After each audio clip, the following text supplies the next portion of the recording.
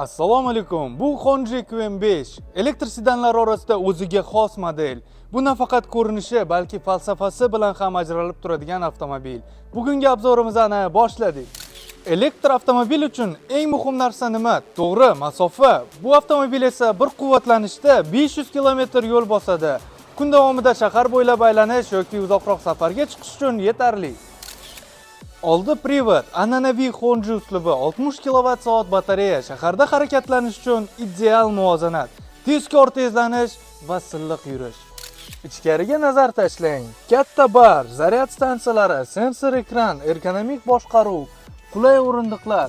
Shovqin esa aslo yo'q, faqat siz va yo'l.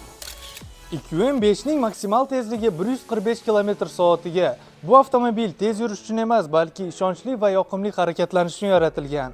Shahar sharoitida yoki trassada har doim barqaror va xavfsiz.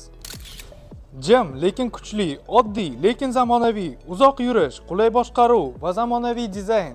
Bu Honda QM5. Test drive'ga yoziling. Batafsil ma'lumot izohlarda, keyingi obzorda ko'rishguncha.